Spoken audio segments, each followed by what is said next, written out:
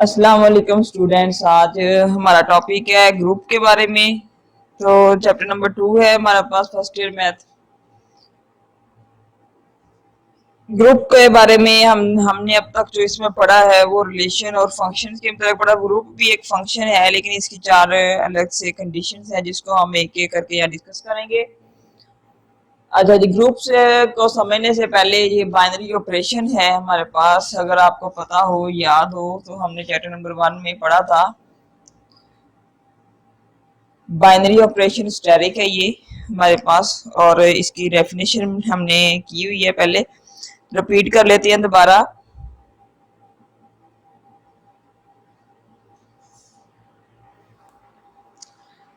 Binary operation को revise किया हमने। आप binary operation denoted as static, जिसको हमने स्टैटिक पढ़ना है on a non empty set G, कि जी का जो है वो नॉन एम्प्टी है, इज अ फंक्शन। ठीक है, स्टैटिक जो है ये भी एक हमारे पास स्टैटिक ये एक हमारे पास फंक्शन है जी टू जी।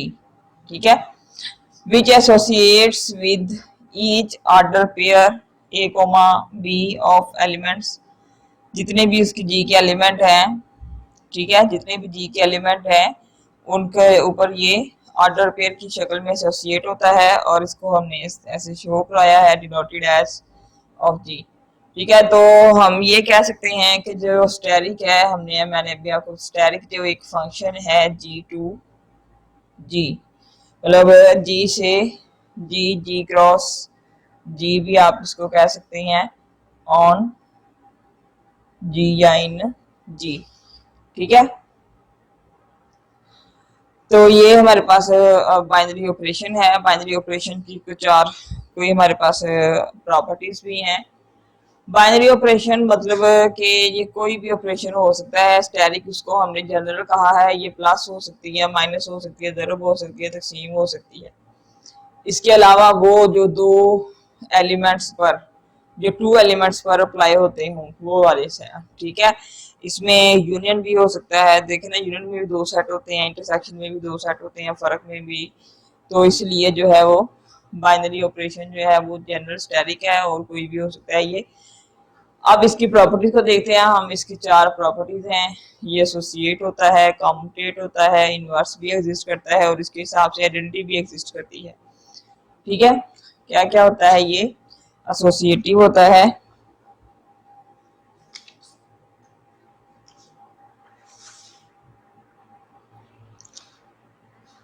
ठीक है, एसोसिएटिव होता है,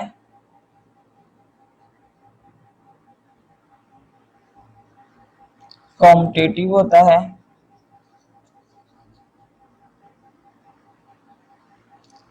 इसमें आइडेंटिटी भी एग्जिस्ट करती है, और इसमें इनवर्स भी एग्जिस्ट करता है।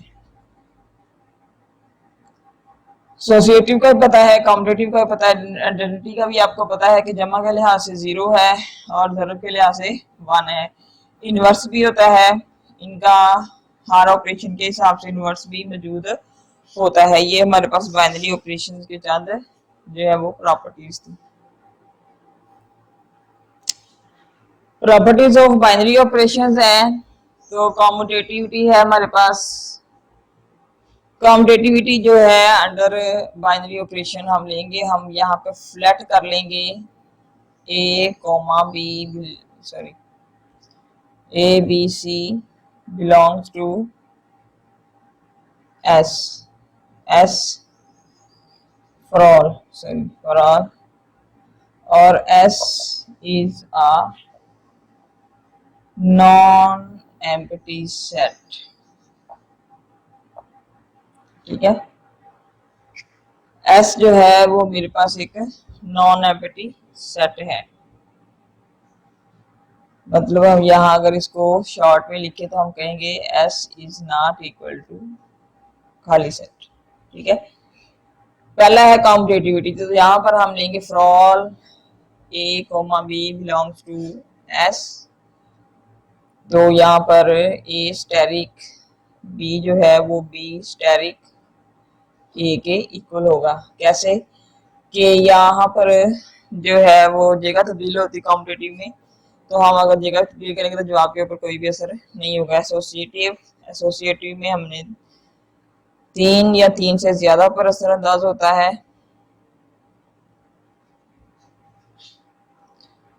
तो ए स्टेरिक, बी स्टेरिक, सी, ए स्टेरिक, बी स्टेरिक, सी। ब्रैकेट है, जहां मर्जी लगा दो, कोई फर्क नहीं पड़ता। एग्जिस्टेंस ऑफ आइडेंटिटी एलिमेंट है, तो हर बाइनरी ऑपरेशन के अंदर जो है एक एग्जिस्टेंस ऑफ आइडेंटिटी होती है। तो आइडेंटिटी क्या है, आप ये समझ लें कि हमारे पास कोई एक एलिमेंट है, ई, जो के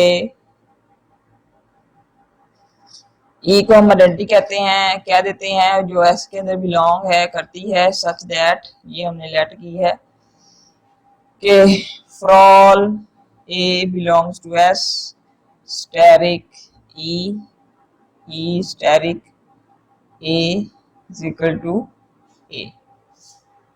ठीक है, इसी तरह हम इनवर्स की एग्जिस्टेंस साबित कर लेंगे कि इनवर्स भी होता है हर एलिमेंट के अंदर। हम कहेंगे, लेट कर लिया हमने कि ए प्राइम कोई ऐसा नंबर है जो इसके अंदर है, then such that for all A belongs to S such that A asterisk और A prime asterisk is equal to identity. ठीक है, ये मेरे पास इसके 4 जो प्रॉपर्टीज थी बाइनरी ऑपरेशन की, जो कि ग्रुप से पहले डिस्कस करना जरूरी थी। अब हम ग्रुप के मतलब डिस्कस करते हैं।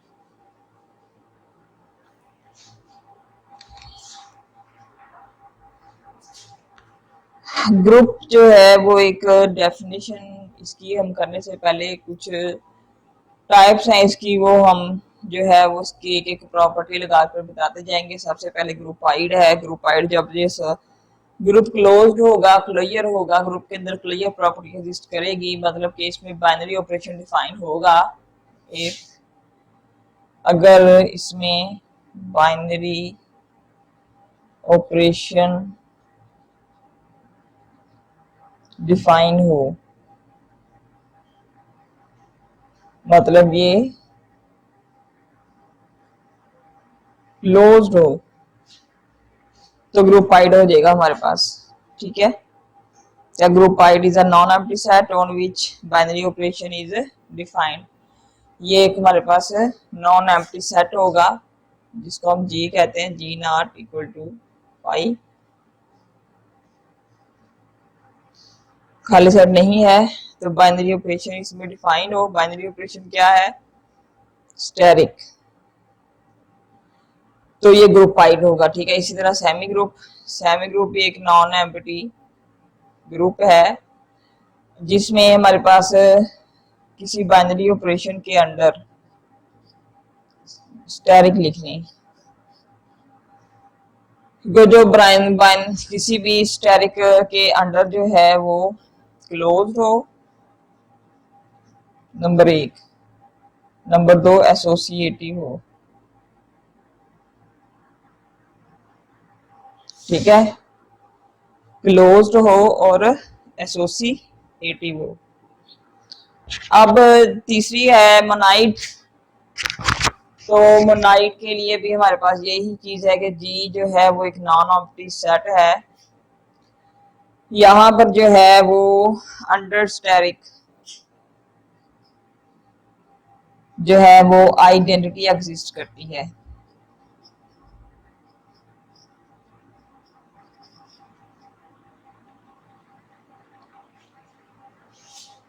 ठीक है, तो ये हमारे पास मोनाइड हो जाएगा। तब 3 शर्तें पूरी हो गई तो मोनाइड हो जाएगा। 3 शर्तों में एक आइडेंटिटी वाली है, इसमें एक क्लोज वाली है और इसमें एक एसोसिएटिव है। आप जब ग्रुपाइड की तारीफ करेंगे तो आप कहेंगे कि एक नॉन एम्प्टी सेट है जिसमें बाइनरी ऑपरेशन डिफाइन है। सेमी ग्रुप की बात करेंगे कि ऐसा ग्रुपाइड सेट जो एसोसिएटिव हो और मोनाइड की बात करेंगे तो ऐसा एक सेमी ग्रुप जिसके अंदर आइडेंटिटी एग्जिस्ट करती हो। जब ग्रुप की बात करेंगे तो ऐसा मोनाइड ग्रुप जो हैगा होगा उसमें जो है वो इनवर्स एग्जिस्ट करता हो। तो ठीक है, तो अभी हम जो है वो ग्रुप की तमाम कंडीशंस दोबारा लिखते हैं। अब हमने डेफिनेशन ऑफ ग्रुप पढ़नी है, ग्रुप के मतलब समझना है। ग्रुप एक बहुत ही इंटरेस्टिंग और बहुत आसान चीज है, लोग इसको मुश्किल तरीके से समझते हैं, लेकिन ये बहुत ही आसान चीज है। अगर आप इसको थोड़ा सा माइंड सेट करके पढ़ेंगे तो ये आपके लिए सबसे ज्यादा आसान चीज है और सबसे मजेदार भी है ये चीज। अगर हम इसको इसकी एग्जांपल्स करेंगे तो आपको पता चलेगा। तो अभी हमने जो है ग्रुपाइड पढ़ा था, जिसमें एक डेफिनेशन अगर इसकी एग्जिस्ट करती हो, मतलब ये पहली जो शर्त लिखी हुई है जी क्लोज्ड हो, तो वो हमारे पास ग्रुपाइड था। अगर क्लोज्ड होने के साथ साथ एसोसिएटिव भी होता तो हमारे पास एक सेमी ग्रुप होना था। सेमी ग्रुप जो है उसके साथ साथ उसमें दोनों शर्तों के साथ साथ अगर तीसरी शर्त आइडेंटिटी एलिमेंट भी एग्जिस्ट हो जाता तो वो हमारे पास एक मोनाइड ग्रुप होना था। और चौथी और आखिरी जो शर्त है इसकी वो है इनवर्स। अगर जी के अंदर हर एलिमेंट का इनवर्स मौजूद है तो वो फिर मोनाइड ग्रुप जो होगा वो हमारे पास एक मुकम्मल ग्रुप बन जाता है। ठीक है, तो अब हम इसको रीडिंग करके देखते हैं। तो आप देखें कि monoid having inverse monoid group G having inverse of each of its elements under steric is called a group under steric। ठीक है, ऐसे भी लिखते हैं इसको हम ऑर्डर पेयर की शक्ल में। That is a group under asterisk is a set. ठीक है जी, इसको हम ऐसे भी, आपको मैंने भी लिख कर दिखाया, ऐसे भी लिख सकते हैं जी अंडर स्टेरिक इफ अगर ये तमाम शराइत पूरी हो जाती हैं। पहली के जी क्लोज्ड हो। क्लोज्ड कैसे होगा कि अगर मेरे पास जी एक नॉन एम्प्टी सेट है, जी जो है वो नॉन एम्प्टी सेट है for all A comma B belongs to G. तमाम जी के जो एलिमेंट्स हैं उनके ऊपर अगर उनके ऊपर कोई भी स्टेरिक ऑपरेशन लगा दिया जाए और वो वापस जी के अंदर ही चला जाए तो वो हमारे पास क्लोज्ड होगा। ठीक है, अगर आपको चैप्टर नंबर 1 अगर आपने पढ़ा है तो उसकी एक्सरसाइज, पहली एक्सरसाइज में ये चीज बताई गई है। नंबर 2 है कि स्टेरिक ऑपरेशन के अंडर ये एसोसिएटिव हो। एसोसिएटिव कैसे हो, यही चीज ले लेते हैं कि जी एक नॉन एम्प्टी सेट है। अगर हमारे पास ए बी सी जो है वो जी से बिलोंग करते हैं तो हमारे पास A asterisk B asterisk C equal to A asterisk B asterisk C. Brackets हैं, बस जहां मर्जी लगा दो, जवाब एक जैसा आना चाहिए। तीसरे नंबर पे आइडेंटिटी एलिमेंट है कि जी के अंदर एक आइडेंटिटी एलिमेंट एग्जिस्ट करना जरूरी है जो कि किसी भी एलिमेंट के साथ ऑपरेट हो तो उसी एलिमेंट को वापस कर दे। तो हम यहाँ पर जी एक नॉन एम्प्टी सेट है, हमने ये कह दिया है। तो यहाँ पर there exist an element for a belongs to G such that कि ई के साथ ए जो है वो लेफ्ट से मल्टीप्लाई हो, राइट से मल्टीप्लाई हो, ए ही वापस आ जाएगा। ई जो है वो एक आइडेंटिटी एलिमेंट हमने कंसीडर किया हुआ है। ठीक है, नेक्स्ट हमारे पास है element of G has an inverse. हर जी का एलिमेंट जो है उसका इनवर्स होना चाहिए। जब हम एग्जांपल्स में करेंगे, इसको सेट के ऊपर ऑपरेट करेंगे, ग्रुप बनाएंगे किसी सेट को, तो आपको सब समझ आ जाएगी। अच्छा जी, यहाँ पर हम कह लेते हैं कि फॉर अगर जी मेरे पास एक नॉन एम्प्टी सेट है, ठीक है, तो हमारे पास एक वहां पर एक ऐसा एलिमेंट एग्जिस्ट करता है जी में जो किसी भी जी के साथ एलिमेंट के साथ ऑपरेट करेगा तो आइडेंटिटी वापस आ जाएगी। ठीक है, अंडर स्टेरिक वो किसी के साथ भी ऑपरेट करेगा तो वो आइडेंटिटी जो है वो वापस आ जाएगी। ये इनवर्स के लिए है। ठीक है, ये हमारे पास ग्रुप की एक छोटी सी डेफिनेशन थी। तो इसकी चंद एग्जाम्पल करके हम इसको जो है वो मुकम्मल तौर पर ज़हन-नशीन कर लेते हैं। एक और एप्ली इसकी कंडीशन है 5 नंबर, वो कोई खास सूरत हाल में होती है, हर सेट में एग्जिस्ट नहीं करती वो। इफ G is commutative,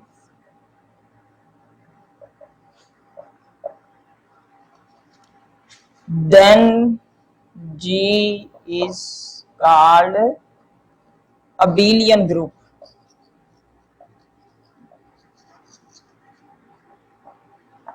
अगर G जो है हमारे पास कॉम्पिटेटिव हो, कॉम्पिटेटिव का मतलब ये वाली शर्त अगर इसके ऊपर एग्जिस्ट करती हो, for all a b belongs to G, तो G जो है वो अबेलियन होगा। ये एक स्पेशल केस है, ठीक है। सारे ग्रुप जो है वो अबेलियन नहीं होंगे, जहां ये शर्त होगी वहां पर ही अबेलियन होगा। अब आप देखें ना, हम मिसाल ले लेते हैं कुदरती अदाद की अंडर एडिशन। यहीं से हम शुरू कर लेते हैं एग्जांपल।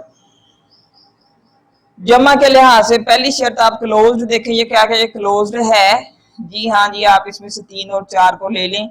अगर 3 और 4 जमा करें तो 7 और ये एन के अंदर मौजूद है। एसोसिएटिव है जी जनाब, एसोसिएटिव पहली शर्त पूरी होगी तो मतलब ये ग्रुप वाइड भी है, ठीक है। अच्छा जी, सेकंड शर्त जो है वो ये है कि एसोसिएटिव हो, तो हम 2 जमा 3 जमा 5 ले लेते हैं। 2 जमा 3 जमा 5, जनाब आप इसको जमा करके देख लें। 5 जमा 5, ये भी 10 और ये भी। लेकिन अब आ गया जमा है, तो जमा के लिहाज से इसमें आइडेंटिटी एग्जिस्ट करती है। तो जमा के लिहाज से आपको पता है कि जो आइडेंटिटी है वो 0 है, और 0 जो है वो कुदरती अदाद में बिलोंग नहीं करता। तो इसका मतलब है कि जो कुदरती अदाद है वो अंडर एडिशन, यहाँ पर जो हमने बाइनरी ऑपरेशन लिया है वो जमा है, तो जो कुदरती अदाद है वो अंडर एडिशन सिर्फ और सिर्फ सेमी ग्रुप है, ये एक ग्रुप नहीं है, ठीक है। तो इसी तरह मजीद हम जो है इसी सेट को, कुदरती अदाद के सेट को अंडर मल्टीप्लिकेशन चेक कर लेते हैं। पहली कंडीशन के जरिए ये क्लोज्ड होगा, पहली कंडीशन में ये क्लोज्ड है। आप इसमें से कोई भी 2 अदाद ले लें, आप फर्ज कर लें for all A comma B belongs to N, A जरब बी जो है वो भी एन के अंदर होगा। दूसरी शर्त में आप देखें एसोसिएटिव है जी, ये एसोसिएटिव होगा। कैसे होगा एसोसिएटिव, हम इसमें ए बी और सी जो है वो कह देते हैं एन में है फॉर ऑल के लिए, तो ए जरब बी जरब सी, ए जरब बी जरब सी, ये इसमें एग्जिस्ट करता है। आप इसकी मिसाल भी ले सकते हैं, आप यहाँ पर लिख लें 2 जरब 3 जरब 4 कर लें, तो 2 जरब 3 जरब 4, 3 2 6 जरब 4, 4 3 12, 6 4 24, 12 दूना 24, तो ये एसोसिएटिव हो गया। अच्छा जी, अगली 2 कंडीशन जो है वो अब हम देखते हैं। अगली 2 एक इसमें अब आइडेंटिटी की बारी है। तो अंडर मल्टीप्लिकेशन जो आइडेंटिटी होती है वो क्या है, आपको पता है ना, 1 है। अंडर मल्टीप्लिकेशन जो आइडेंटिटी है वो क्या होती है, 1। तो 1 जो है वो कुदरती अदाद के अंदर मौजूद है, ठीक है। तो हम यहाँ कहेंगे कि there exist 1 belongs to N, 1 कह लें या आप आइडेंटिटी को कह लें, such that for all A belongs to N, E को जरब दें ए से या ए को जरब दें ई से, ए ही वापस आ जाएगा। मतलब 1 मल्टीप्लाई अगर 3 करेंगे 3 ही वापस आएगा, 7 को 1 से करेंगे तो 7 ही वापस आ जाएगा। तो यहाँ पर आइडेंटिटी एग्जिस्ट करती है। अच्छा जी, अब आ गई है इनवर्स की बात। अब आप मुझे बताएं कि कुदरती अदाद में इनवर्स जो है वो एग्जिस्ट करते हैं क्या? कुदरती अदाद में बटे वाले नंबर होते हैं क्योंकि ज़रब के लिहाज से जो इन्वर्स होता है वो बटे वाला नंबर होता है। जैसे आप अगर कहें कि 3 जो है वो कुदरती अदद है, ठीक है, क्या 1/3 कुदरती अदद है? नहीं, तो इसका इन्वर्स एग्जिस्ट नहीं करता। तो अंडर मल्टीप्लिकेशन जो नेचुरल नंबर है वो हमारे पास एक मोनाइड है, ना कि एक ग्रुप। ये एक तीर जैसे बनाया होता है वैसा टेबल बन गया है हमारे पास यहाँ। इसको हम एक ग्रुप के जरिए ग्रुप प्रूव करना है। ये इस टेबल को हम कैलिस टेबल कहते हैं। यह इस तरह से हमें शर्तें देखनी आसान हो जाएंगी। हम वैसे भी कर सकते थे इसको, लेकिन इस तरह से अगर आप देखें तो सारा कुछ आपके सामने लिखा हुआ है। इसमें से कोई भी ऐसा नंबर नहीं है जो इससे बाहर हो सेट से। तो पहली शर्त क्लोज है, दूसरी एसोसिएटिव। तो आप फिर भी देखें कोई भी ऐसा एलिमेंट नहीं है जो बाहर से हो। आप इसको खुद भी करके दे सकते हैं, ये एसोसिएटिव है। तीसरा नंबर जो है आइडेंटिटी, वो भी एग्जिस्ट करती है। 1 और 1 की आइडेंटिटी ये है, माइनस और -1 की आइडेंटिटी ये है। आयोटा जो है, आयोटा की जो आइडेंटिटी है वो माइनस आयोटा है। सॉरी, ये आइडेंटिटी आप देखिए इसके अंदर 1 मौजूद है इस सेट के अंदर, और इसको हम कर भी ज़रब के लिहाज से रहे हैं, ठीक है। ऐसे को हम अंडर मल्टीप्लिकेशन ग्रुप बना रहे हैं। तो ज़रब के लिहाज से 1 आइडेंटिटी होती है, तो 1 इसके अंदर मौजूद है, ठीक है। इसके बाद इनवर्स है, नंबर 4 पे इनवर्स है। इनवर्स से मतलब ये है कि हमें जवाब में आइडेंटिटी चाहिए। तो ये 1 1 और -1 आपस में एक दूसरे अपने आप के ही इनवर्स हैं, ठीक है। तो आयोटा और माइनस आयोटा जो है वो एक दूसरे के इनवर्स हैं।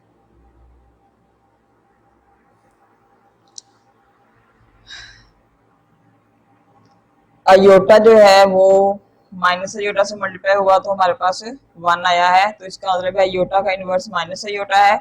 और जब माइनस आयोटा को हमने आयोटा के साथ ज़रब दी है तो 1 आया है, तो इसका मतलब है माइनस आयोटा का इनवर्स आयोटा है। दोनों एक दूसरे के इनवर्स हैं, और 1 अपने आप का इनवर्स है, -1 भी अपने आप का इनवर्स है। इसका मतलब है कि हर एलिमेंट का इनवर्स यहाँ एग्जिस्ट करता है। अब आप इसको चेक कर लें कि क्या ये अबेलियन है।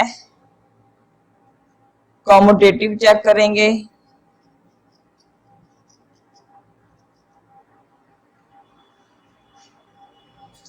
जनाब कॉम्यूटेटिव आप कोई से भी 2 एलिमेंट उठा लें, 1 मल्टीप्लाई -1 -1 मल्टीप्लाई 1, तो आंसर क्या आया? Minus iota multiply 1 multiply iota, जवाब क्या आया? Iota. Minus iota multiply iota, iota multiply minus iota, तो जवाब क्या आया? 1। तो ये कॉम्यूटेटिव भी है, इसका मतलब है जो एस है सेट लिखा हुआ है वो एक अबेलियन ग्रुप बन जाता है, ठीक है। तो ये अब नेक्स्ट हम इसके एक्सरसाइज में कुछ एग्जाम क्वेश्चन देखते हैं ग्रुप के, और इसके बाद हमारा जो चैप्टर नंबर 2 है वो कंप्लीट हो जाएगा, और नेक्स्ट चैप्टर नंबर 3 इसका स्टार्ट करेंगे।